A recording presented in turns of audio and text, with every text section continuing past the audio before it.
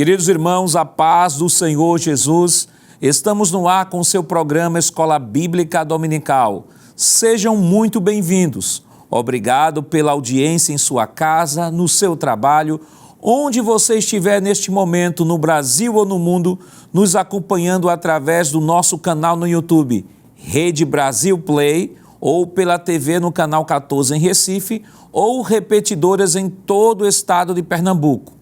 Compartilhe nossa programação em seus grupos de WhatsApp, em suas redes sociais, com seus amigos e familiares, para que todos sejam alcançados pela Rede Brasil. Hoje estudaremos a 11ª lição com o título A Visão do Templo e o Milênio. E hoje contamos com a presença do evangelista, irmão Jonathan Lucena. A paz do Senhor, irmão Lucena. A paz do Senhor, pastor Nando Jackson. Do auxiliar e professor, irmão Jonas Santana. A paz do Senhor, irmão Jonas. A paz do Senhor, pastor Nando Jackson. E do auxiliar e professor, irmão Givanildo Hermano. A paz do Senhor, irmão Givanildo. Paz do Senhor, pastor. É um prazer estar aqui mais uma vez. Na lição passada, vimos a restauração espiritual de Israel que o profeta anunciou para o futuro distante. Hoje, estudaremos o desfecho da revelação de Ezequiel. Veremos que após a restauração completa da nação de Israel, será estabelecida uma nova dimensão da glória do Senhor no novo templo, o templo do milênio. Pontuaremos que o registro da volta da glória de Deus aparece depois da descrição do templo, sendo parte das promessas divinas de restauração.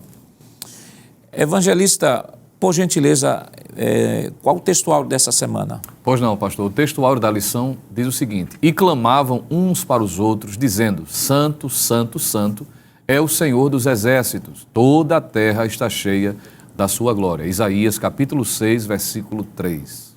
Irmão Jonas, qual a verdade prática desta semana? Pois não, pastor. A nossa verdade prática diz: o ultraje à santidade divina traz destruição espiritual. A santidade de Deus é a expressão máxima de sua glória. Irmão Givanildo, quais os objetivos da lição desta semana? Muito bem, a lição ela tem 3 objetivos. O primeiro é mostrar a revelação de Ezequiel após a restauração. O segundo é identificar o templo do milênio. E o terceiro e último, relacionar o templo do milênio com a santidade e a glória. A leitura bíblica em classe para a lição de hoje está em Ezequiel, capítulo 43, versículos do 1 ao 9. Acompanhe conosco. Então me levou à porta que olha para o caminho do Oriente. E eis que a glória do Deus de Israel vinha do caminho do Oriente, e a sua voz era como a voz de muitas águas, e a terra resplandeceu por causa da sua glória.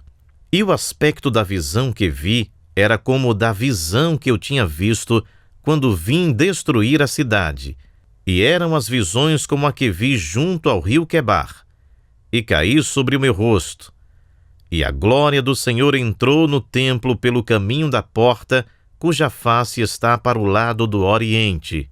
E levantou-me o Espírito, e me levou ao átrio interior. E eis que a glória do Senhor encheu o templo.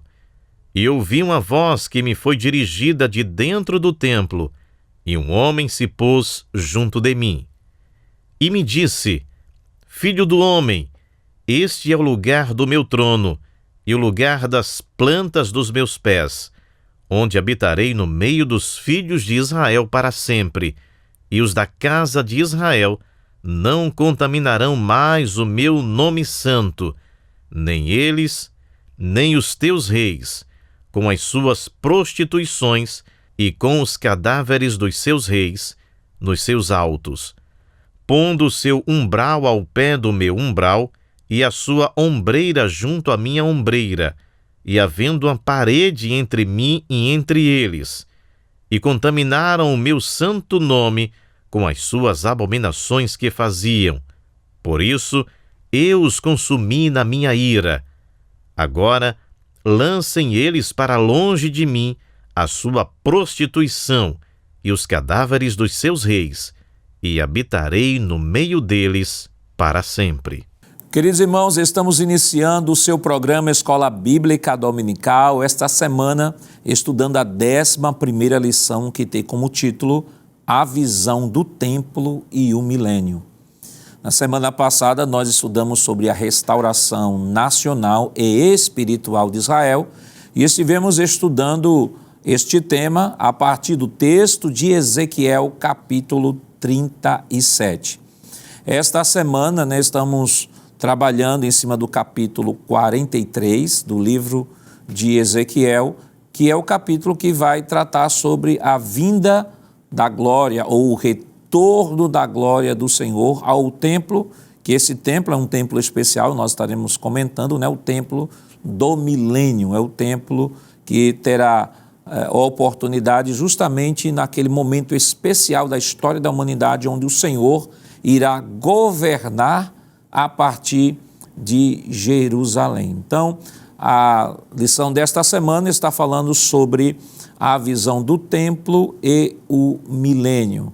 Mas nós queremos lembrar também, irmão Givanildo, irmão Jonas e evangelista, que no próximo domingo, segundo domingo de dezembro, nós comemoramos o Dia Nacional da Bíblia. Aliás, esse dia ele é celebrado no segundo domingo de dezembro e ele foi criado em 1549 na Grã-Bretanha. O Dia da Bíblia é um dia especial e foi criado para que a população intercedesse em favor da leitura da Bíblia. No Brasil, a data começou a ser celebrada em 1850, quando chegaram da Europa e dos Estados Unidos os primeiros missionários cristãos evangélicos. Porém, a primeira manifestação pública aconteceu quando foi fundada a Sociedade Bíblica do Brasil em 1948, no Monumento do Ipiranga, em São Paulo. Desde dezembro de 2001, essa comemoração tão especial passou a integrar o calendário oficial do país por meio da Lei Federal 10.335, que instituiu a celebração do Dia da Bíblia em todo o território nacional. Então, evangelista Lucena, é importante que o professor possa fazer menção disso, possa fazer a propagação dessa data que é tão especial, que é o Dia da Bíblia, porque sem ela nós não conheceríamos nada sobre Deus. Perfeitamente, pastor. É uma data célebre, que faz parte do calendário oficial e como cristãos que somos, principalmente quem atua na escola dominical, tanto como aluno frequente, como professor, ele precisa destacar a importância desse dia, onde se é rememorado a importância que esse livro sagrado tem para nós.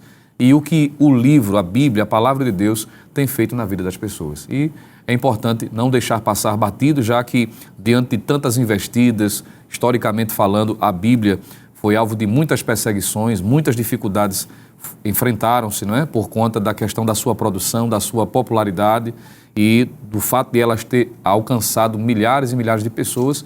O estarmos de posse com a Bíblia é um milagre e a gente não pode deixar passar esse dia batido, fazer menção de forma muito célebre, porque é um dia importante. Muito importante, irmão Jonas, não se pode deixar de falar sobre o Dia da Bíblia, ainda que o tema da nossa lição seja a visão do templo e o milênio, mas o professor tem que reservar um momentinho ali para falar sobre a importância da Escritura. Com certeza, pastor. Uma porque o próprio texto, o texto oficial, o livro-texto da Escola Bíblica Dominical, não é a lição, é justamente a Bíblia, a Palavra de Deus.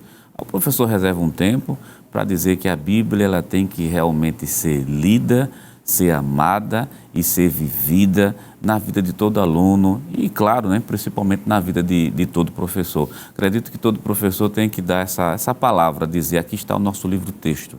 É por ela que a gente sabe que Jesus é o Salvador, que a gente tem acesso aos dons espirituais, às bênçãos celestiais. Nós estudamos e conhecemos a partir da Bíblia Sagrada, a revelação de Deus para a humanidade. Então, irmão Joanildo, todo aluno tem que ter uma Bíblia na mão, Se ele não tem, o professor deve se esforçar para conseguir a Bíblia para o seu aluno, porque a Bíblia é o nosso livro-texto. Isso, exatamente. E é bom nós lembrarmos isso, a Bíblia é o nosso alimento espiritual, nosso alimento diário. Chega esse período de final de ano, é sempre um momento de nós fazermos planos, projetos para o ano novo, E o professor deve estimular que, dentre os muitos projetos para o ano novo, Um deles deve ser a Bíblia, ler a Bíblia ao menos uma vez, motivar os alunos a ter a leitura, a prática diária da leitura, para que cada aluno possa ler a Bíblia ao menos uma vez por ano. Então, é um momento de agradecer a Deus por termos em nossa mão a Bíblia. É bom lembrarmos isso, que nos tempos bíblicos isso não era possível, né?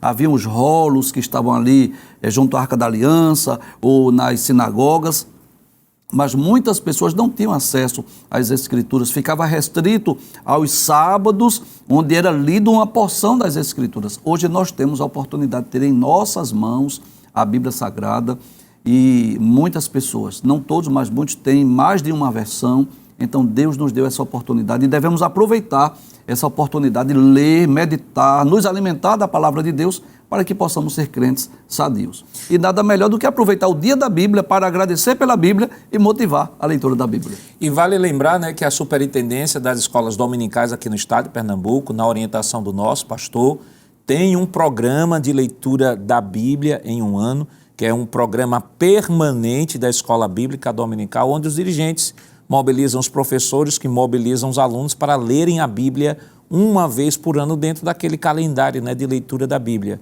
E nós queremos chamar a atenção, né, de você, dirigente, né, que cumpriu o calendário todo direitinho, né, que alcançou a meta, né, de levar os alunos e os professores à leitura da Bíblia, que neste dia da Bíblia possa fazer um culto, né, de ações de graças, ali a escola dominical se tornar um culto de ações de graças, e que seja utilizado para a entrega, né, da certificação do aluno, o aluno receber ali um certificado de leitura da Bíblia em um ano. Imaginem, cada aluno lendo a Bíblia em um ano, né, todos os anos ali na escola dominical, cada ano lendo a Bíblia pelo menos uma vez. Que bênção não será para a vida pessoal, né, a vida do aluno, e também para fortalecimento da igreja local. Mas a lição desta semana, evangelista, vai falar sobre a visão do templo e o milênio. Vale só relembrar aos professores que estão nos acompanhando neste momento, né, a sequência lógica.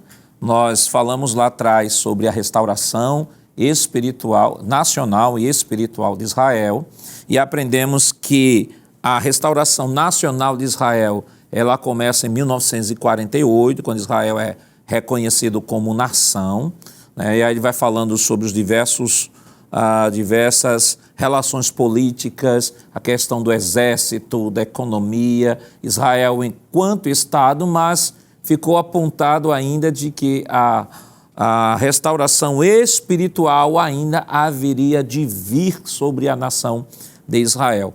Então, quando falamos sobre a visão do templo e o milênio, vale destacar que este templo que está sendo mencionado não é o templo de Salomão, não é o segundo templo, que é o templo de Zorobabel, é o templo que vai encontrar espaço no milênio, né, que é o período de 1000 anos, onde Cristo estará reinando aqui na terra. O que é que a gente pode, de maneira introdutória, evangelista, a gente falar sobre este assunto? Pois não, pastor. A princípio, já que estamos hoje fazendo menção também do dia da Bíblia, é importante o professor, o aluno, né, principalmente o professor, estimular o aluno a ler estes capítulos que estão envolvidos a partir do capítulo de número 40 ao capítulo de número 48. Claro que, como o senhor bem destacou, o capítulo em foco é o 43.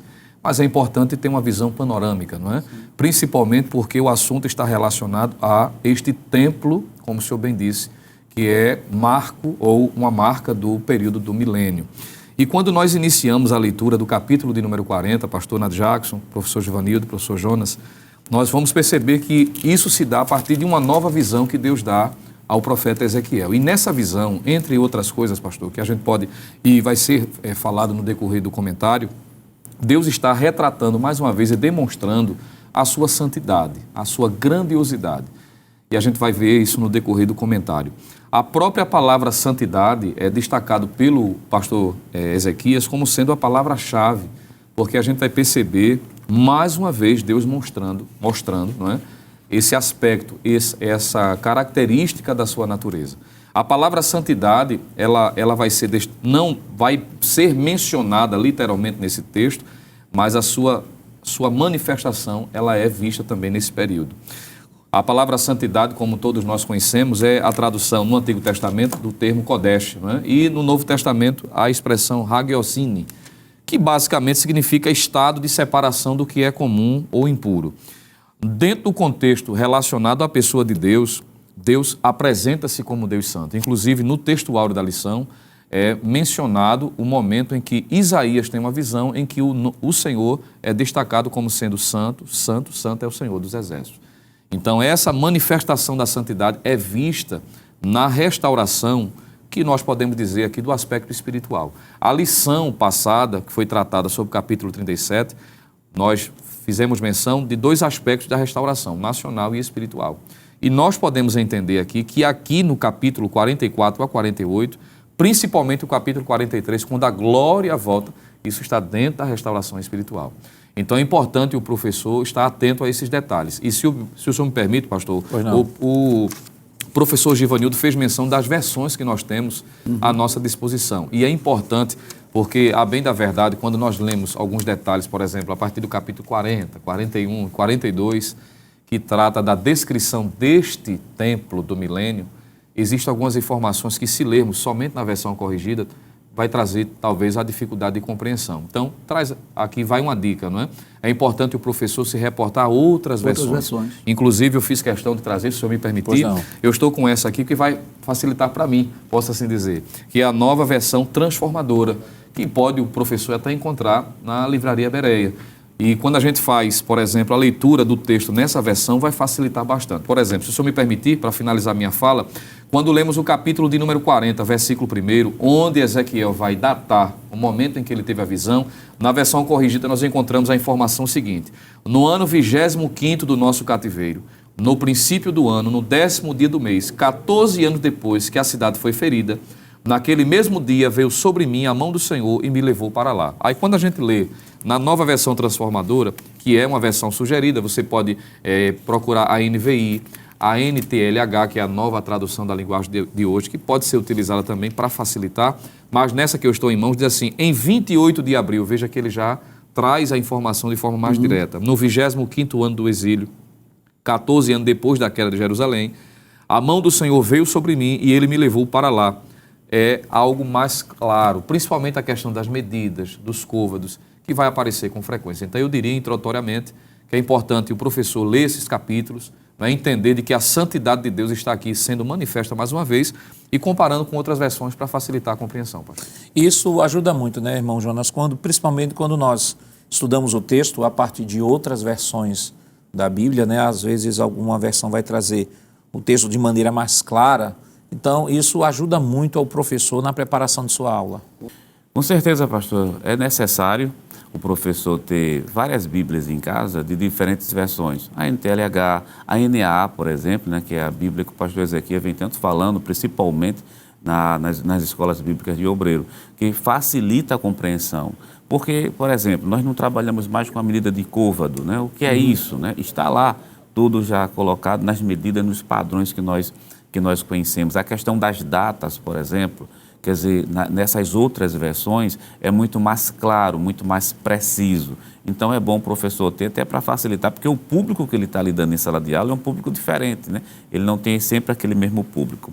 E fazendo menção ao capítulo 40 do livro de Ezequiel, versículo 1, só chamar a atenção do professor, porque já foi lido aqui pelo nobre evangelista, é a questão dos 14 anos, que diz assim, capítulo 40, versículo 1, e no 25º do nosso cativeiro, no princípio do ano, no 10º dia do mês, 14 anos depois que a cidade foi ferida. Eu quero somente parar nessa expressão aqui, porque na aula passada nós falamos sobre Gog e Magog.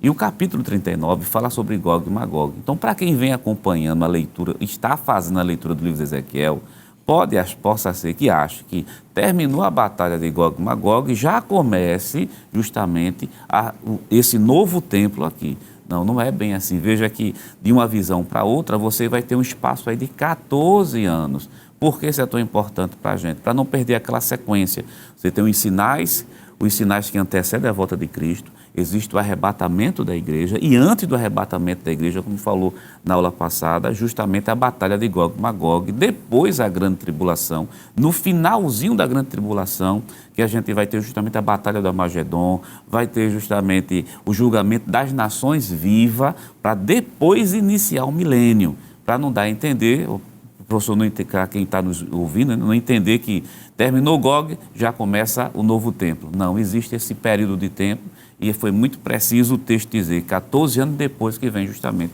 essa visão sobre o templo, né? Quando é que vai acontecer o novo templo? Período do milênio. E vale destacar, irmão Givanildo, que essa questão dos 14 anos é justamente do período da visão que ele estava, da visão anterior, né, da queda de Jerusalém, aí agora ele está falando dessa nova visão que Deus está trazendo. Então, essa lição desta semana vai tocar num assunto que é importante até esclarecer ao professor e ao aluno que está nos acompanhando neste momento, que é a doutrina do milênio. Isso, né? Eu acho que é fundamental compreendermos a doutrina do milênio, saber que o método hermenêutico que nós usamos para entender o milênio é o histórico gramatical, ou seja, nós entendemos o milênio de maneira literal, e é dentro desta régua que estaremos abordando todo o texto do profeta Ezequiel. Mas por que nós dizemos isso?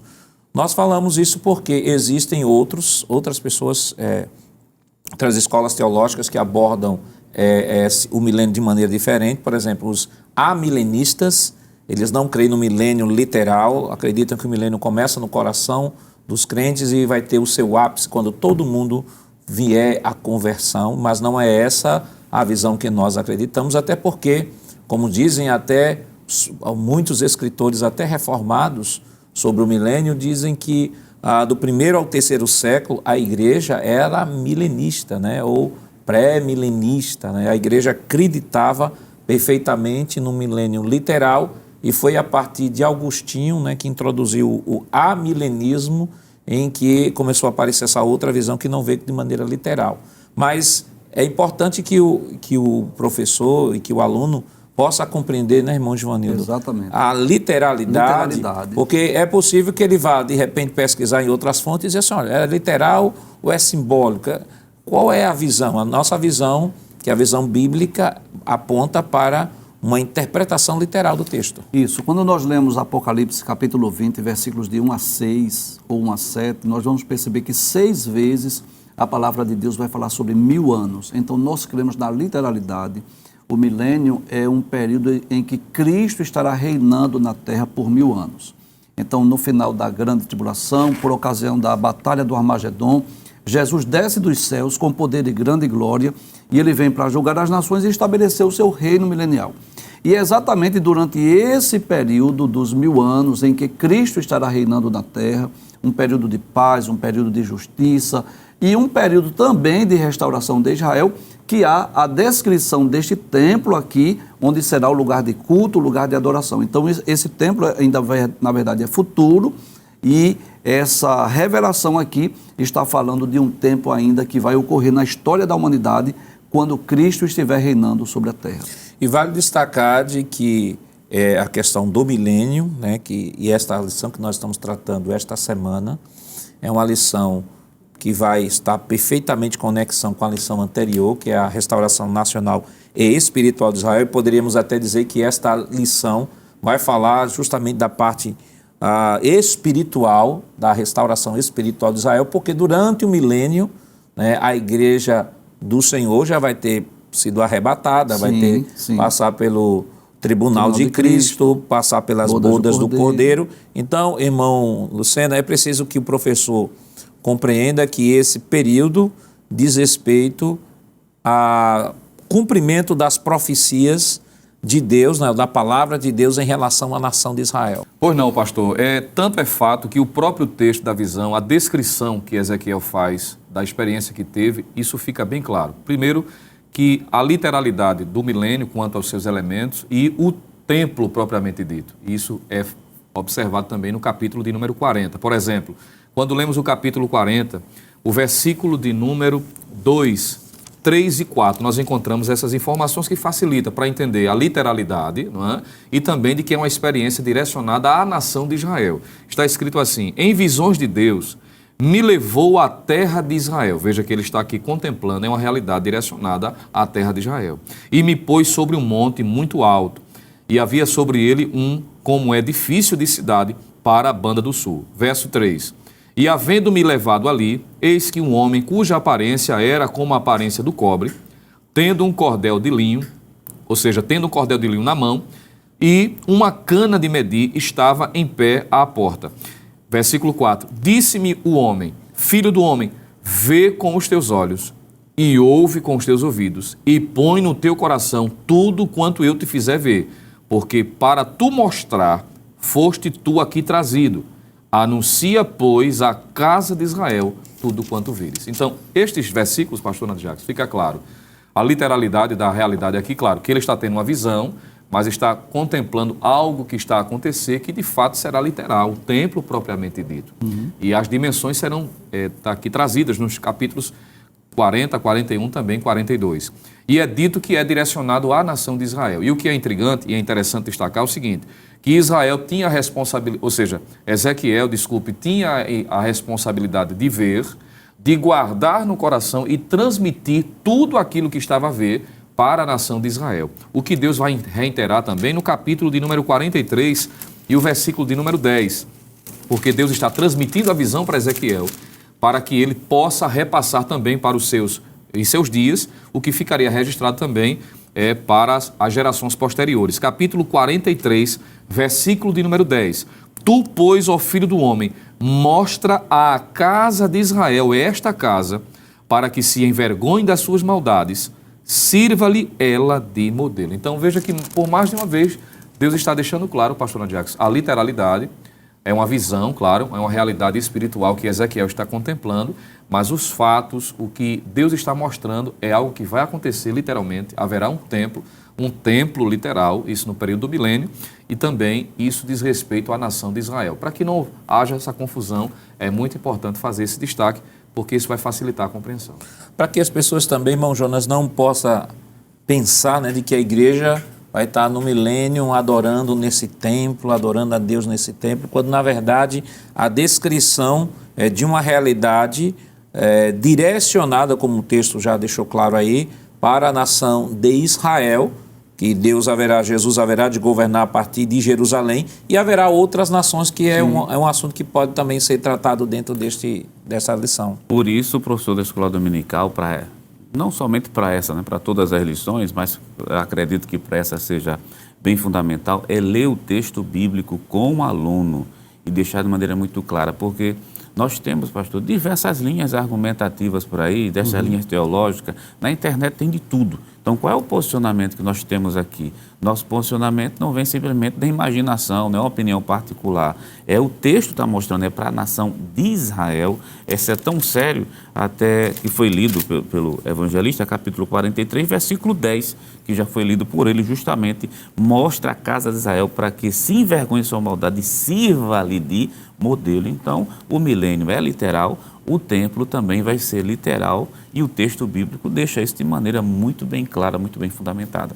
Então, irmão Joanildo, é importante que o professor, claro, nós temos aí do capítulo 40 ao capítulo 43, versículo 12, a descrição do templo, Isso. Mas é importante que o professor ele procure principalmente ler o capítulo onde está fundamentada a lição, para que tenha objetividade, né? Porque senão daqui a pouco ele começa a se perder. Senão ele não vai alcançar o objetivo. E o objetivo aqui, um dos principais objetivos dessa lição é falar sobre o retorno da glória de Deus. Nós vimos em lições anteriores que por conta das abominações praticadas no templo, por conta dos pecados, da idolatria, do paganismo, a glória de Deus se foi, ela saiu do templo. Mas agora, neste templo, a glória de Deus retorna. Então, o texto bíblico base é exatamente o da lição, capítulo 43, versículos 1 a 9, onde vai trazer esses detalhes sobre a volta da glória de Deus para o templo. Então, eu posso dizer que Ezequiel, ele teve a tristeza, digamos assim, de ver quando a glória de Deus saiu do templo, mas 14 anos depois, ele teve a alegria de ver a glória de Deus retornando para o templo. Agora, claro, um cumprimento futuro. O cumprimento dessa profecia ainda será no milênio, mas a glória de Deus retorna mais uma vez para o templo em Jerusalém. O que vem depois da restauração? Este templo do milênio é o mesmo templo de Salomão que foi destruído lá no cativeiro? Ou esse templo, será que é o mesmo templo que foi também destruído no ano 70 depois de Cristo? Como é que nós podemos entender esta revelação? Mas isso nós estaremos comentando depois do nosso rápido intervalo. Voltamos já.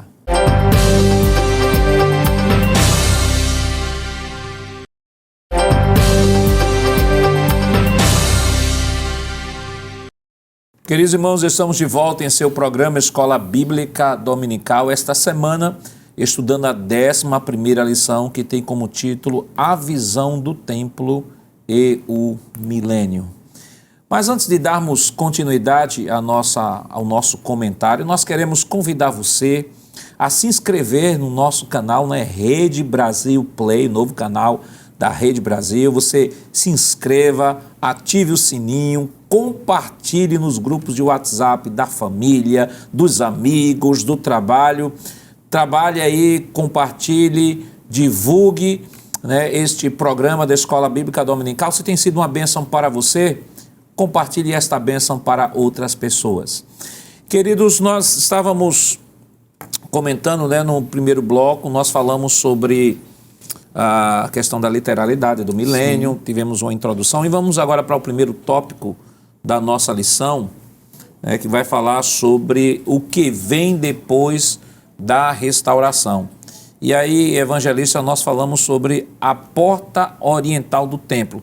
Nós temos aqui uma animação, né, do que seria aproximada, né, uma ilustração aproximada do que seria o templo, né, a descrição literal, né, desta glória do capítulo 43 do livro de Ezequiel, que é o capítulo que está baseado na nossa lição. E eu gostaria de solicitar aqui para que os irmãos pudessem ter uma ideia. Veja que, a priori, nós temos a descrição deste portal oriental, que também é chamado aqui de portal lá do leste, que foi o portal por onde a glória do Senhor saiu, lá no livro de Ezequiel, no início do livro de Ezequiel, a glória foi embora. E aqui nós temos a descrição, veja que, do ponto de vista da arquitetura, completamente diferente. Né, do livro do templo, tanto de Salomão quanto do templo de Zorobabel. Eu queria que soltasse, por favor, rapidinho, para que tivéssemos uma ideia. Então, essa animação ela vai descrever justamente o capítulo 43 do livro de Ezequiel, veja, mostrando aí a glória do Senhor chegando pelo portão oriental, ou também o portão leste, e a glória chegando novamente no templo.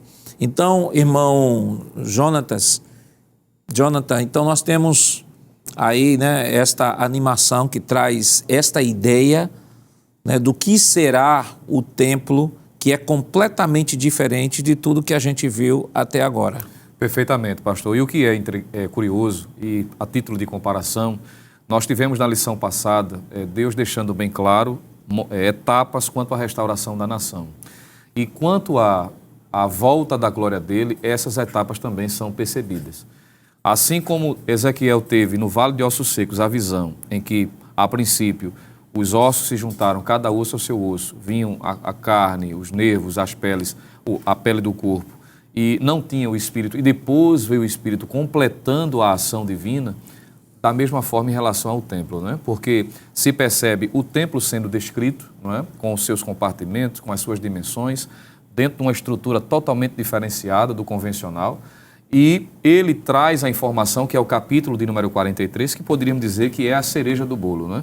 Que é o que vai fazer a diferença. Então, da mesma forma como aqueles ossos que se juntaram, formando os corpos novamente, não tinham espírito, e sem o espírito não teria vida e não teria utilidade, é como se Deus estivesse também nos ensinando de forma muito clara que o que faz a diferença, claro, a essência não só da vida humana, não só da realidade do templo, é a sua presença, é a glória voltando para dentro do templo. Inclusive, no capítulo de número 43, que é o texto-chave, o texto base dessa lição, Deus faz questão de dentro dessa descrição futurista, não é, que Ezequiel tem, ao ver a glória retornando, Deus deixar claro do seu interesse, do seu desejo e o que é importante para a vida daquela nação. Capítulo de número 43, versículos 6 e 7 diz assim: E ouvi uma voz que me foi dirigida de dentro do templo, e um homem se pôs junto de mim, versículo 7, e me disse: Filho do homem, este é o lugar do meu trono e o lugar das plantas dos meus pés, onde habitarei no meio dos filhos de Israel para sempre.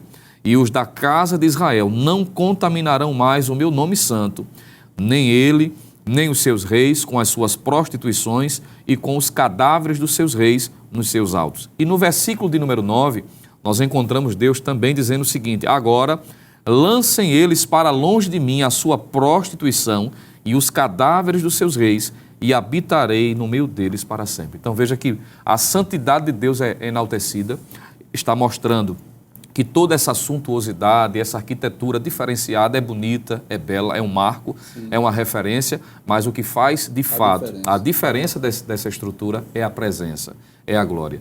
Da mesma forma como ele mostrou que o templo, não é, construído por Salomão, não teria efeito nenhum ou serventia nenhuma se não tivesse a sua presença, ele está mostrando agora, nesse período também, descrito no milênio, a sua glória sendo algo mais importante, de suma importância para a nação de Israel. E ele trazendo à tona aquilo que ele sempre deixou claro, que é o desejo de habitar, de estar presente. Então isso fala da restauração, por isso que os capítulos estão de alguma forma interligados, claro, mostrando momentos diferenciados da história da nação, mas que os princípios ficam evidentes. E se o senhor me permite, pastor, até para o professor não ficar apenas trazendo informações, que é o que a gente tem sempre recebido essa orientação do nosso pastor através da superintendência, é que não ser apenas informativo, mas aplicativo. Isso. Há uma ótima oportunidade para relembrar, assim como vimos nas lições anteriores, que o que é importante é a presença. Se não for a presença de Deus, o que seria de nós, não é? Alguém pode ter status, alguém pode ter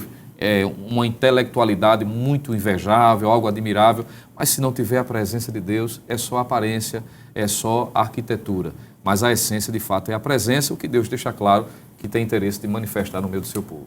Irmão Jonas, eu queria insistir ainda aqui nessa ilustração, nessa animação, rapidamente, porque talvez o professor que esteja nos acompanhando disse: pastor, foi muito rápido, não deu para ver, a glória chegou rápido demais e não deu nem para saber que era a glória.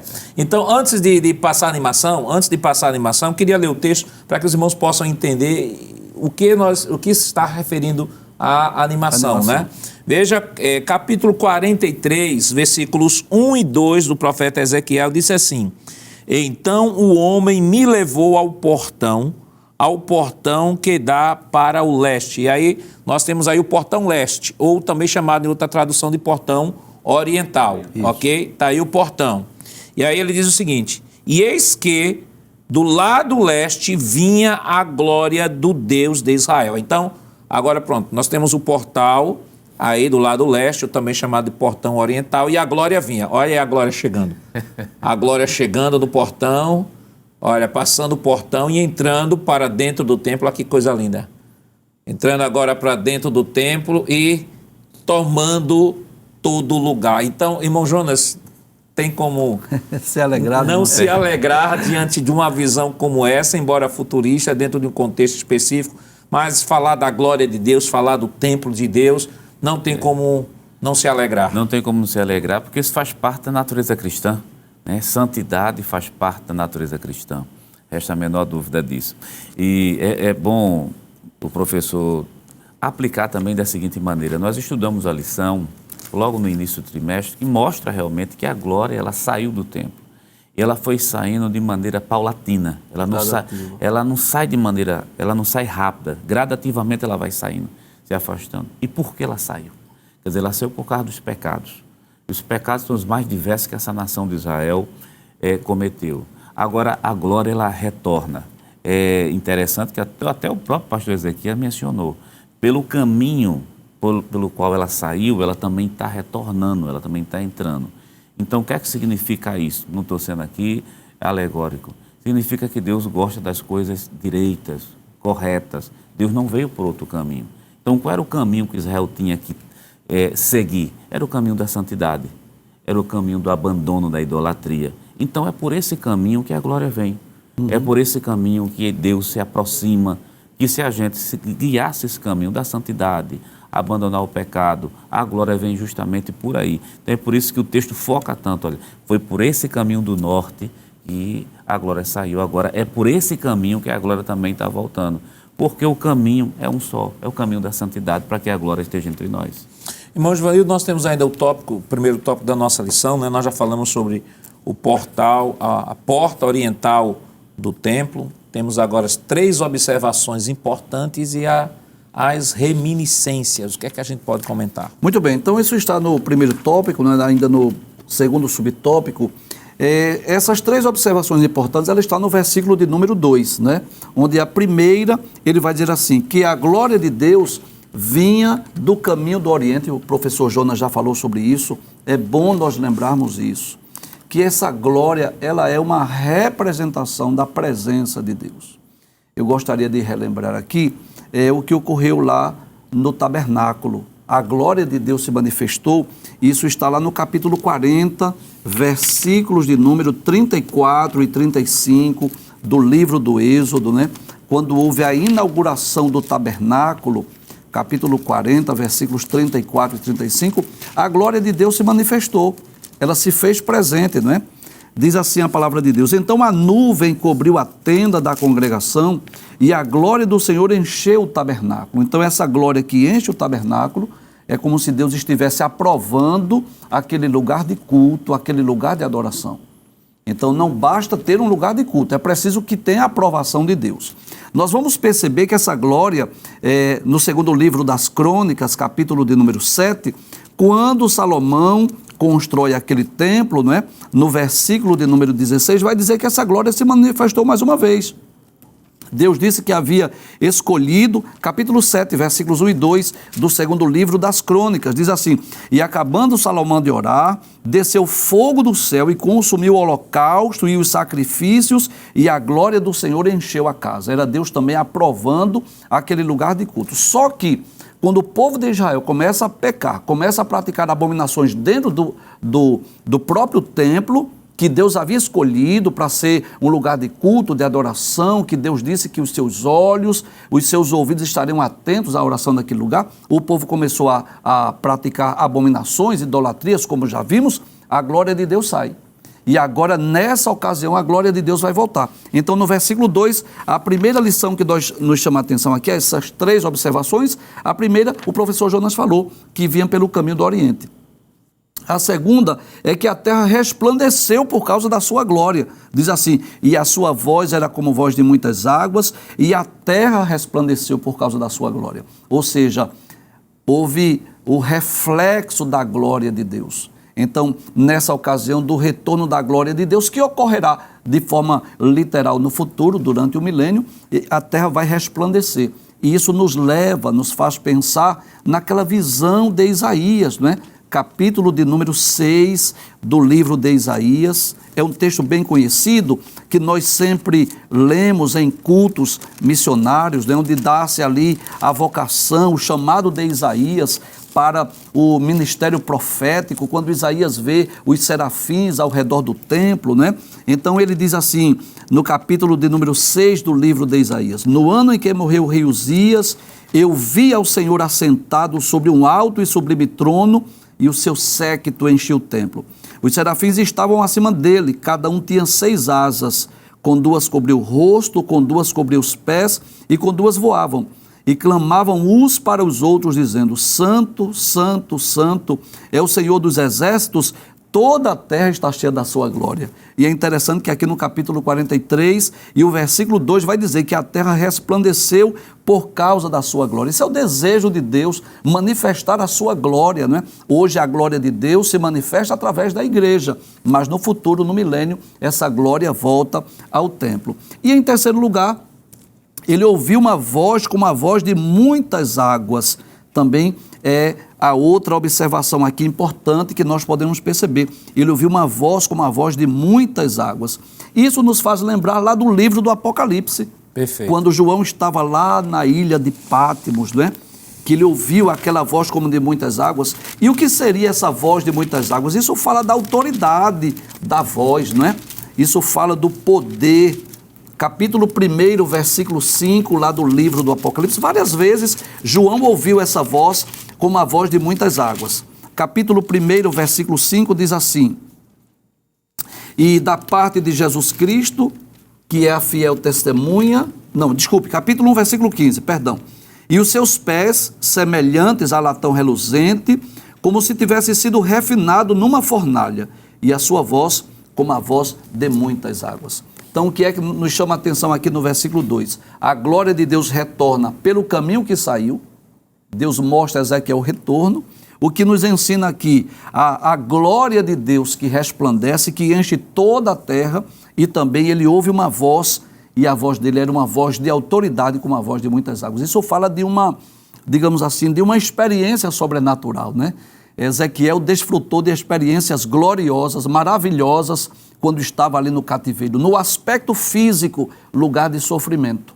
No aspecto físico, cativeiro. Ele estava às margens do rio Quebar. Ele estava entre os pobres. Então ele estava no aspecto físico, vivendo um momento difícil, não é? Longe da pátria, longe da sua terra, longe do templo. Então, fisicamente, um lugar de sofrimentos, mas que teve experiências gloriosas. Isso é uma aplicação que nós podemos fazer. Às vezes Deus permite que nós estejamos no deserto, às vezes Deus permite que estejamos no cativeiro, às vezes Deus permite que passemos por situações difíceis, de provas, de lutas, de adversidades, mas muitas vezes, nesses desertos da vida, nós temos um encontro com Deus, Deus revela a sua glória, nós temos experiências sobrenaturais. Então, aquela experiência de Ezequiel foi uma das experiências mais gloriosas que nós podemos comparar com as experiências de Daniel e com as experiências do próprio João lá na ilha de Patmos. Então, em meio a essas circunstâncias adversativas, que era o cativeiro babilônico, Deus manifesta, Deus revela a sua glória. Claro que o cumprimento dessa profecia ainda é futuro, ainda será no milênio, mas eu posso dizer que Ezequiel viu o vislumbre. Eu fico pensando na alegria, não é, de Ezequiel em saber que a glória de Deus vai retornar. Então, é como se Deus dissesse assim: olha, eu tenho algo muito maravilhoso a fazer com o povo judeu. Primeiro eu vou restaurar fisicamente, nacionalmente. Aí ele viu os ossos se unindo, formando, né, mais uma vez, nervo, pele, carne. Aí depois ele viu quando o Espírito, quando ele profetiza, o Espírito entra naqueles corpos, ele fica em pé. Aí Deus diz assim: não para por aí, eu tenho mais a fazer. Ainda vou manifestar a minha glória de uma forma diferente, sobrenatural. Então isso é o reflexo, o resultado de uma restauração espiritual que dá-se-á com o povo judeu durante o milênio. Irmão Lucena, então já foi comentado, né, sobre as 3 observações importantes, né? O irmão Givanildo fez uma boa exposição aqui. E nós temos o subtópico ainda sobre as reminiscências. O que é que a gente pode comentar? Pois não, pastor. É um aspecto que a gente pode destacar aqui, é a questão das lembranças, não é? Ezequiel faz questão de dizer de que essa visão que ele está tendo é bem semelhante a algumas que havia tido no decorrer do seu ministério. Inclusive, o próprio pastor Ezequias faz menção, por exemplo, de que ele compara essa visão com a sua primeira experiência como profeta, por exemplo, Ezequiel capítulo 1, versículo 1, e também isso pode ser visto em Ezequiel capítulo 8, versículo de número 3. A questão, não é, da datação que ele faz, e isso também, depois de 14 anos da destruição da cidade santa, ele é levado de volta em visão para Jerusalém. São experiências que marcaram o trajeto desse homem. E eu estava aqui ouvindo, enquanto o professor Givanildo estava fazendo menção, o quanto Deus é misericordioso, não é? Porque Deus conhece o coração dos seus servos. Deus poderia ter dado esta visão a qualquer outro, já que é uma experiência futurista, não é? Ele não precisava necessariamente ter que dizer ou mostrar a Ezequiel, mas Deus faz questão de fazer com que o seu servo, que teve a experiência, não é, muito marcante, difícil de vir a glória e ir embora. É como se Deus dissesse assim: eu vou te dar um consolo, Ezequiel. Eu vou fazer você também ter momentos de entusiasmo, não só a questão do Vale de Ossos Secos, capítulo 37, mas eu vou te mostrar o desfecho do que eu tenho descrito. Então é interessante aqui, claro que essa revelação é escatológica, não é para o contexto histórico dos dias de Ezequiel, mas Deus também estava trazendo um alento para o seu servo, como que dizendo assim: não vai ser só marcado por dificuldades, não.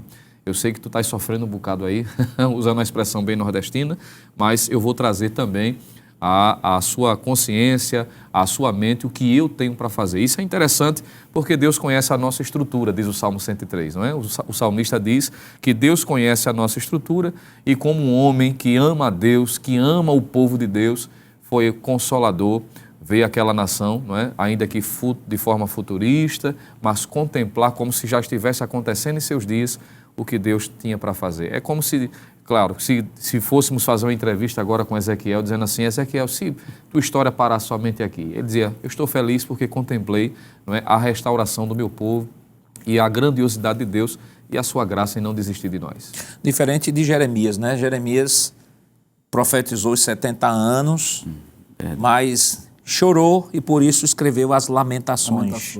Porque sabia que pela sua idade ele não ia ter o privilégio de ver o retorno do cativeiro. E o evangelista falava aqui, irmão Jonas, sobre a questão do consolo. Isso aponta para a mensagem geral do livro, né? Que mostra que é um Deus que traz juízo, mas um Deus que estabelece juízo sobre Israel, é o Deus que é misericórdia, é o Deus de amor e o Deus também que restaura. Verdade, não é um Deus que vem exterminar, porque parece que é uma informação que muitas vezes alguns têm na cabeça. É um Deus que vem corrigir, é diferente. Por isso que Oséias capítulo 6, versículo 1, que já foi utilizado aqui em outros textos, em outros momentos, diz claramente que ele é que faz a ferida e ele mesmo é que sara. Então a mensagem principal do livro num todo é mostrar: Israel pecou, fez o que não devia, está pagando pelos seus pecados, mas existe esperança. E a esperança é restauração. E por que não falar de restauração, mostrando aquilo que o judeu mais amava naquele momento, que era justamente o templo. Sim. Eles se confiavam tanto do templo que Jeremias relata, que ele dizia: templo do Senhor, templo do Senhor. Tinha aquele templo como se fosse um amuleto. Isso. Então Deus destrói o templo, permite que o templo seja destruído para o povo confiar integralmente em Deus. E lá na frente, Deus disse: olha, essa geração talvez não vai ver. Mas lá na frente vai aparecer um novo templo. Mas por que isso? Porque as alianças que Deus fez com Israel estão de pé. A aliança davídica está de pé, a aliança abrâmica está de pé, a aliança da possessão da terra, todas as alianças estão de pé. Mesmo que aquela geração de Ezequiel não visse, mas as gerações posteriores têm o consolo de dizer: vai acontecer. E o Deus que deu a revelação a Ezequiel no rio Quebar sobre o seu juízo, Isso. é o mesmo Deus que está dizendo, como disse o evangelista, né? Eu Ezequiel, vou restaurar. eu vou restaurar. Eu vou restabelecer. Vou restabelecer porque eu sou o Deus fiel. Exatamente. E nós vamos perceber que nós estamos estudando exatamente essa terceira e última parte do livro que fala sobre essas promessas de restauração. Então, Ezequiel foi levantado por Deus também com esse objetivo. Não só para explicar ao povo o motivo do castigo, o motivo do juízo, o motivo do cativeiro, mas também mostrar que no devido tempo Deus iria restaurar. E é claro que nós vamos perceber que essa restauração, pelo menos nacional, ela já ocorreu, né? Israel já está na sua pátria, mas ainda falta essa restauração espiritual, que ela ocorrerá no final da grande tribulação, quando Jesus descer sobre as nuvens do céu com poder e grande glória, que o povo judeu vai reconhecer Jesus como seu verdadeiro Messias, e no período do milênio, quando as 12 tribos serão trazidas mais uma vez para habitar em Jerusalém, aí a glória de Deus retorna, né? Então Deus será mais uma vez o centro da adoração para o povo judeu. E nunca mais o povo vai se envolver com paganismo, com idolatria, porque a glória de Deus vai voltar para o templo depois dessa restauração espiritual. E vale fazer aqui uma pontuação, né? Que pode ser que tenha algum professor que diga assim, mas está falando só de Israel, Israel, Israel. Alguns chegam a dizer, não, Israel e a igreja é a mesma coisa. Outros chegam a dizer, não, Deus jogou Israel na vala comum, como qualquer outra nação, e só fala a igreja. Não, precisamos compreender que há um projeto de Deus para a igreja e há um projeto de Deus para Israel. Há promessas nas Escrituras que Deus destinou à igreja e há promessas que Deus destinou a Israel. E só relembrando o que nós estudamos na semana passada, né? Aqui nós estamos falando de Israel com todo israelita, nós estamos falando do remanescente, como Paulo descreve lá em Romanos, no capítulo 11. Então, precisamos fazer essa diferenciação. A promessa que Deus fez lá a Abraão, que saiu reafirmando através dos outros servos de Deus ao longo da história, é o Deus que estará cumprindo literalmente estas promessas neste período agora da restauração completa de Israel. Mas vale ressaltar de que haverá sim judeus que não se submeterão, haverá sim os judeus que se perderão, ok? Não quer dizer que é por ter a identidade judaica que será salvo, que Paulo deixa isso claro lá em Romanos 2, né? Diz que o verdadeiro israelita não é aquele que é da carne, mas aquele que é do espírito. Então, vale destacar isso. Então, é importante, professor, que você tenha isso claro em sua mente. Deus tem um projeto para Israel e o milênio é o projeto de Deus para Israel e a igreja nesse período, como já mencionamos aqui, a igreja, né, ela passou pelo processo do arrebatamento, a igreja foi para o tribunal de Cristo, a igreja entrou nas bodas do Cordeiro e neste momento, no milênio, Cristo voltará para implementar o seu reino aqui na terra e a descrição da profecia diz respeito a Israel. Mas qual a característica deste templo que o faz diferente de outros e qual a característica desta dispensação que o faz diferente de outras? Mas isso nós estaremos comentando depois do nosso rápido intervalo. Voltamos já.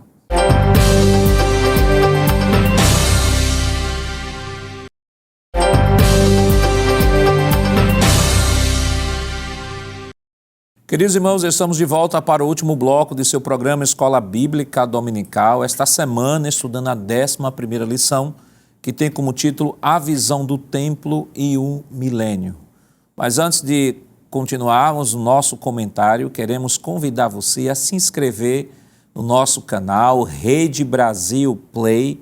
Se inscreva, ative o sininho, compartilhe este endereço aí nos seus grupos de WhatsApp, grupos da família, grupo de amigos, grupos da igreja. Compartilhe, divulgue, que se este programa tem sido de bênção para a sua vida, compartilhe esta bênção para outras pessoas. Esta semana, irmão Lucena, nós estamos estudando essa lição, a visão do templo e o milênio, e eu queria chamar aqui o segundo tópico, né? O templo do milênio. Templo do milênio, que o subtópico fala um templo diferente, uma dispensação diferente, um ritual diferente, e como explicar os sacrifícios no milênio. Então nós vamos, nesse instante, trazer uma revisão, né, de tudo quanto temos estudado durante este trimestre. Gostaria de chamar aqui na tela, né, os templos, né, só para que os irmãos possam ter uma ideia, né, estar relembrando de todo o conteúdo que nós estamos estudando durante este trimestre. Então nós temos aqui o templo, o primeiro templo, né, o templo de Salomão. Isso aqui é o templo de Salomão, foi o primeiro templo que nós estudamos, que é justamente a profecia de Ezequiel, vai falar sobre a destruição deste templo. E no capítulo 33 do livro de Ezequiel, Ezequiel recebe a informação de que o templo ele foi destruído, bem como Jerusalém. Então, depois do templo de Salomão, nós comentamos aqui também sobre o segundo templo, chamado Templo de Zorobabel. Historicamente, esse templo aqui vai ser construído, ou foi construído logo após o cativeiro babilônico, depois que o povo retornou do cativeiro babilônico. Então, o templo de Zorobabel, ele foi reconstruído, não tinha o resplendor, não tinha os materiais refinados que tinha o templo de Salomão, mas foi o templo construído, né? E este templo aqui foi reformado. E nós temos aqui no ano 19 a.C., nós temos aqui o templo de Herodes, que é este templo de Zorobabel reformado. Vale destacar que esse aqui não é outro templo. Esse aqui é esse templo de Zorobabel. Herodes faz uma reforma para agradar os judeus. E nós temos aqui o templo de Herodes, também que é o templo de Zorobabel reformado. Mas nós temos na profecia, ou no livro de Ezequiel hoje desta semana, o templo de Ezequiel. E aqui nós temos uma ilustração do templo de Ezequiel. Próxima tela, por favor. A ilustração do templo de Ezequiel. Olha a diferença aqui, a descrição do templo de Ezequiel. Nós temos aqui a porta leste, a porta oeste, a porta leste, ou portal. Nós temos aqui o norte, a entrada do norte, a entrada do sul, aqui. Nós temos a entrada oeste e nós temos a entrada leste, também chamada de entrada oriental. Foi justamente por esta porta aqui, que lá no templo de Salomão a glória do Senhor saiu, e é justamente por esta porta aqui que a glória do Senhor lhe retorna, como nós vimos naquela animação. Mas observe, pela descrição aqui, pela ilustração desse templo de Ezequiel, ele é completamente diferente, tem muitas diferenças, e aí nós podemos ver na nossa lição, vai mostrar as diferenças, o que é que ele tem de diferente, a dispensação diferente, e a gente vai perceber que neste templo nós não temos a Arca da Aliança, como a Arca da Aliança também não tínhamos no templo de Zorobabel, porque a Arca da Aliança já havia se perdido. Então nós não temos aqui o candelabro, mas temos aqui o altar e outras questões que nós vamos comentar daqui a pouco. Então, observe, veja que ilustração bonita, né? Nós temos a porta oriental, a entrada sul, a entrada norte, temos aqui a entrada leste, nós temos o altar, nós temos o pátio interno e aqui nós temos o templo. Olha o templo, até a arquitetura, né, irmão Givanildo, é completamente diferente do que a gente tem visto até agora. Exatamente, é algo mais amplo, né? Observe que existe toda essa área aí ao redor do templo que fala da sua dimensão, né? Ou seja, é um templo gigantesco, até porque ele será construído no futuro, no período áureo da história de Israel. Por exemplo, por que é que o templo que foi construído por Zorobabel, ele não tinha a mesma beleza, a mesma arquitetura, os mesmos materiais? Porque ele foi construído exatamente no período em que o povo estava em pobreza, um período de reconstrução. Já este templo aí, ele vai ser reconstruído exatamente no período áureo, né? No período em que haverá muita prosperidade. Então, com certeza, ele é diferente no seu aspecto e principalmente pela glória de Deus que vai retornar esse templo. Irmão Jonas, então a gente percebe aqui um projeto de Deus completamente diferente de Salomão. Tem algumas semelhanças, mas as diferenças são maiores. As diferenças são tão grandes que, observando a imagem, é um verdadeiro complexo, né? Diferentemente de todos os outros templos. Se você olhar para o templo de Salomão, como foi apresentado, Zorobabel, até o templo, pastor, de Herodes, é conhecido como sendo o templo de Herodes, que foi feita toda aquela reforma na parte externa, mas não chega a se assemelhar nem em questão de altura, nem de formato, nessa nova planta, né?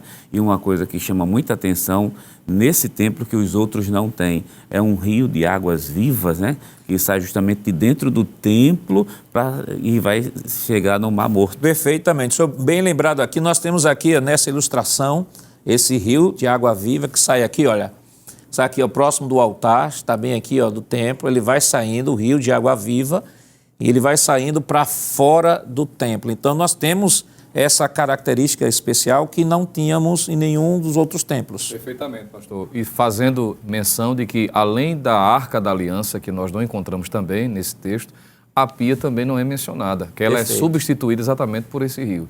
Por isso que o tópico da lição faz menção dessa diferenciação, não é? Existem elementos que são comuns a todos os templos anteriores, mas esses detalhes aí que faz toda a diferença.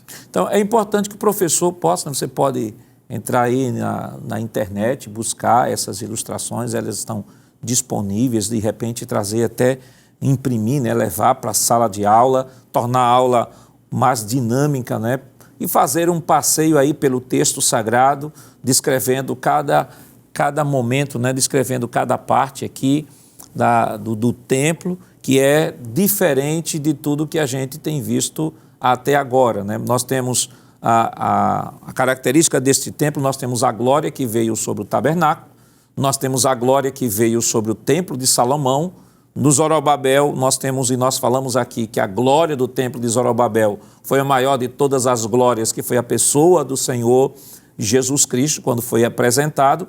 E aqui nós temos uma situação voltada para Israel, e que esta glória lá que saiu do capítulo 1 do livro de Ezequiel, ela retorna justamente para implementar um momento histórico, como já foi dito aqui, que não haverá de ser vivenciado pelo povo de Israel da época de Ezequiel, mas é algo futurista. Então é importante que, professor, você possa estudar o capítulo 43, né? Já foi mencionado aqui 40 ao 43 e 12, que tem toda essa descrição para que você possa ter segurança de poder fazer esta exposição em sala de aula.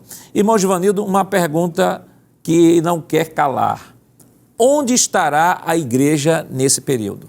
Muito bem, pastor. É muito interessante essa pergunta, porque com certeza, né, os alunos vão perguntar onde estará a igreja. E eu gostaria de lembrar aquela promessa de Jesus, João 14, versículos de 1 a 3. Não se turbe o vosso coração, crede em Deus, crede também em mim. Na casa de meu pai há muitas moradas, se não fosse assim eu vos teria dito, porque eu vou preparar-vos lugar.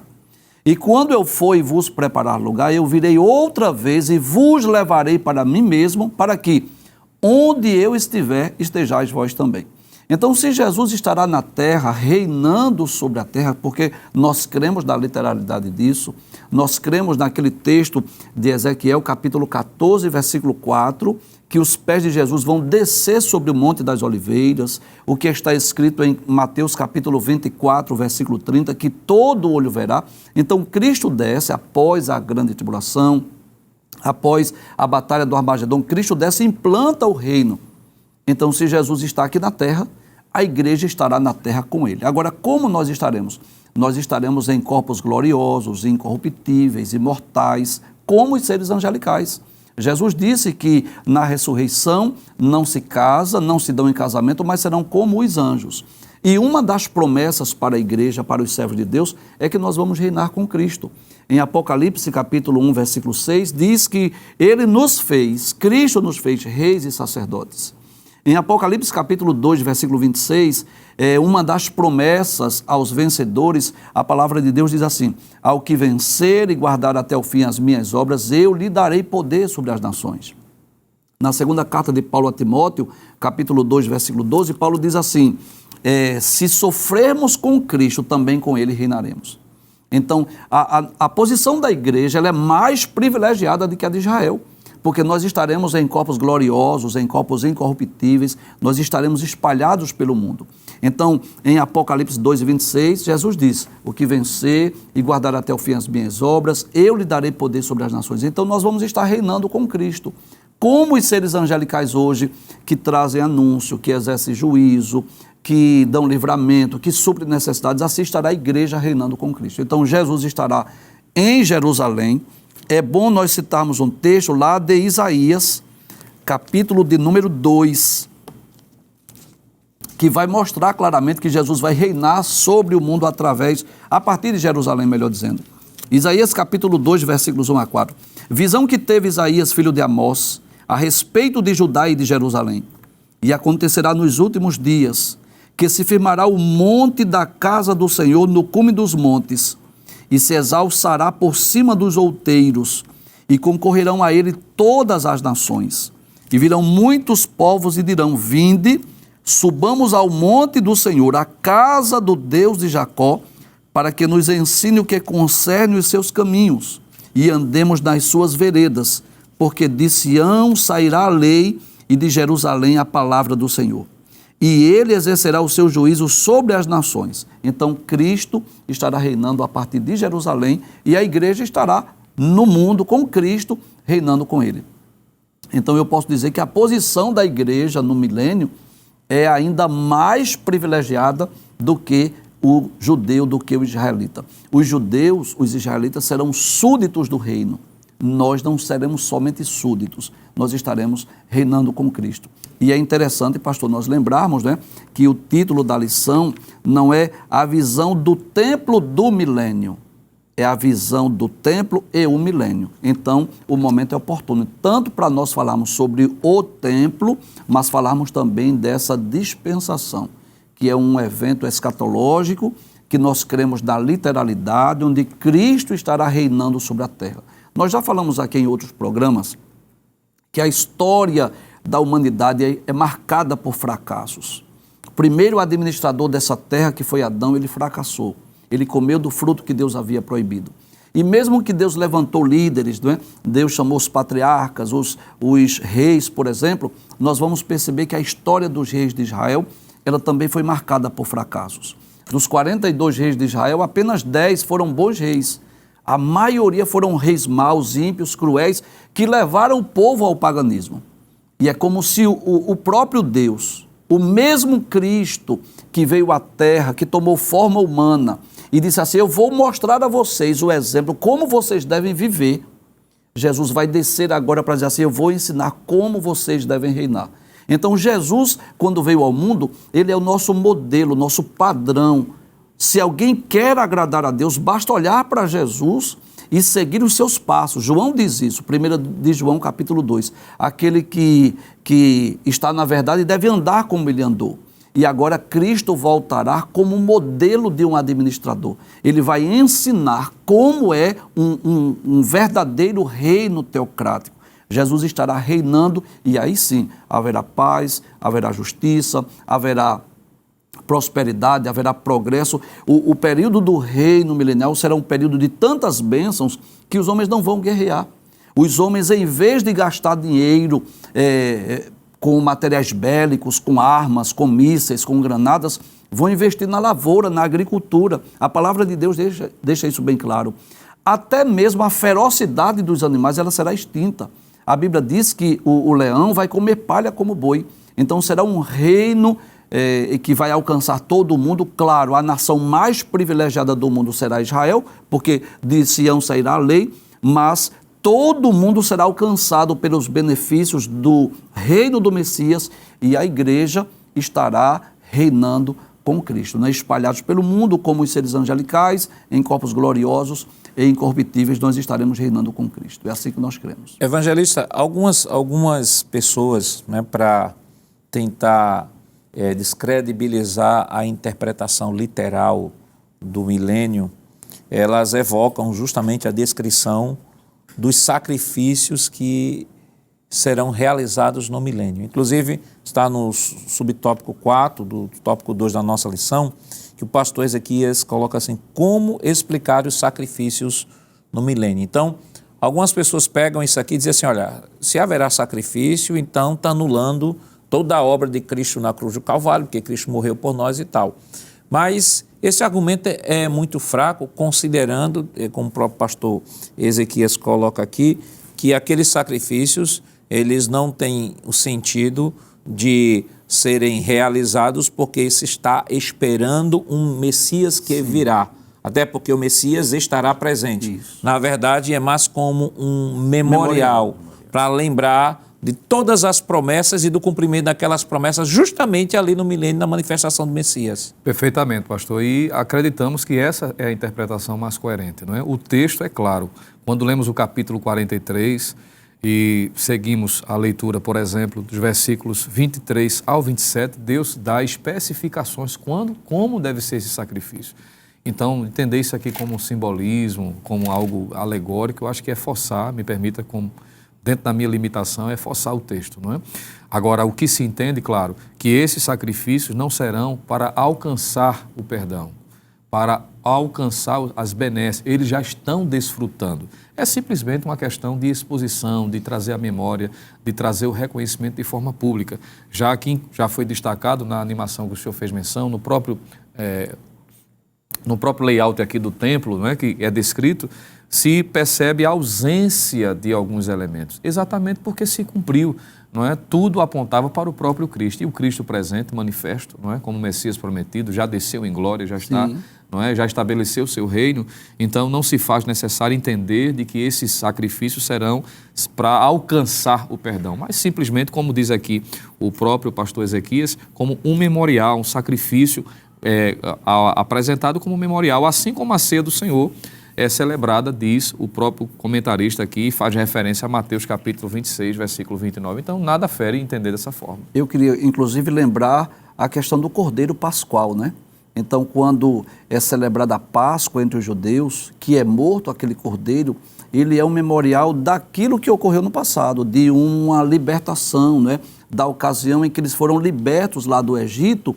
E é claro que na ocasião da instituição, aquele cordeiro também tinha essa simbologia. Olha, você vai tirar o sangue, vai colocar nos umbrais para que o anjo da morte não entre na sua casa, você não perca o seu primogênito. Mas a Páscoa continua, eles continuam celebrando a Páscoa, matando o cordeiro, mas não para perdão de pecados, e sim para lembrar o grande livramento que Deus fez. E também mencionar que esse memorial ele é didático para as gerações que vão surgir nesse período daí. Não é à toa que Ezequiel capítulo 45, do versículo 18 até o versículo 25, mostra que isso vai acontecer no primeiro dia de cada ano, no início justamente da primavera. É um memorial e é também didático, né, para as gerações que vão surgindo ao longo aí desse período do milênio. A gente fala, geralmente, né, a gente fala assim, 1000 anos, né, parece que parece que é 1000 dias, né? Só que precisamos entender que é um tempo considerável, né? É um tempo considerável. O Brasil tem o quê? 522 anos, né? Aproximadamente. 522 anos aproximadamente. E aí nós temos 1000 anos. 1000 anos que o governo de Cristo será implementado. O nosso tempo já correu, né? Foi muito rápido, né? Então, nós queremos, evangelista, o que é que a gente pode tirar aqui desta lição para orientar o professor que nos acompanha? Pois não, pastor. Eu apenas relembraria aquilo que sempre está sendo mencionado nos programas, principalmente desses textos que trazem muitas informações, não é? Ter o cuidado, claro, de trazer a descrição, informações, mas sem passar o tempo inteiro somente com informações. Porque a grande beleza das Escrituras é como o apóstolo Paulo diz em Romanos capítulo 15, versículo 4. Ele diz que tudo aquilo que foi escrito, para nosso ensino foi escrito. Então o professor deve lembrar da necessidade, claro, de trazer informações, descrever, trazer esses detalhes que são importantes para a compreensão, ler os versículos, mas sobretudo trazer a aplicação. Para que não se termine a aula e o aluno esteja dizendo assim, o que é que isso tem a ver comigo? Ora, principalmente porque diz respeito a algo do milênio. A igreja vai estar, em dado momento do período da grande tribulação, não vai estar aqui, vai estar no céu. Quando eu voltar, eu já vou estar em glória, não é? Já estarei com Cristo em glória aqui na terra. Como é que fica? O que é que isso tem a ver comigo? Mas trazer essas aplicações. Como já foi mencionado aqui, com muita riqueza pelos companheiros que comentaram de forma tão maestral. Irmão Jonas? Algumas palavras que o professor tem que deixar bem claro para o aluno, que são princípios. Nós vimos aqui, princípio da santidade. Quer dizer, foi por causa da santidade que a glória realmente volta. E aí temos o tópico, né, da santidade e glória, né? São as duas palavras, né? São as duas palavras, santidade e glória vão andar junto. Porque no momento que se abandona o pecado, claro, a pessoa está se chegando mais perto de Deus. Sim. Então, essa palavra santidade tem que estar muito frequente na lição, dizer ao aluno que ele tem que andar correto diante de Deus. A outra palavra também chama-se restauração. Deus está dizendo, eu vou restaurar vocês. Quer dizer, existe esperança para aquele que está caído. Essa aplicação também pode ser feita. Há pessoas que estavam conosco, se afastaram, foram para longe, perderam os benefícios da salvação. Mas se voltar para Cristo, isso tudo é restaurado novamente. A gente consegue ver esses princípios, né? Tem vários, mas a santidade e a restauração são dois que saltam aos olhos quando a gente estuda essa lição. Irmão Givanildo. Deus sempre desejou habitar com os homens, né? Capítulo 25, versículo 8 do Êxodo, Deus disse assim: me farão um santuário e habitarei no meio deles. Então esse retorno da glória, bem como o reinado do Messias, não é nada mais nada menos do que a presença de Deus entre os seres humanos. Então essa lição também tem essa aplicação. Deus trazendo a sua glória e Cristo habitando entre os homens. Além, né, da aplicação evangelística, né, que essa lição pode ser feita, né? Mas, claro, as profecias diz respeito a Israel, isso é fato, né? A interpretação é única, mas a aplicação é múltipla, né? Você pode extrair desta lição, né, o contexto evangelístico, a mensagem de restauração, convocação ao arrependimento, as pessoas como Israel estavam se sentindo sem esperança, achavam que Deus os havia abandonado, e isso descrito na lição anterior como os ossos sequíssimos, mas Deus foi e restaurou, e aqueles ossos que não tinham valor, que não tinham aparência, se tornaram um grande exército e Deus soprou-lhes o Espírito.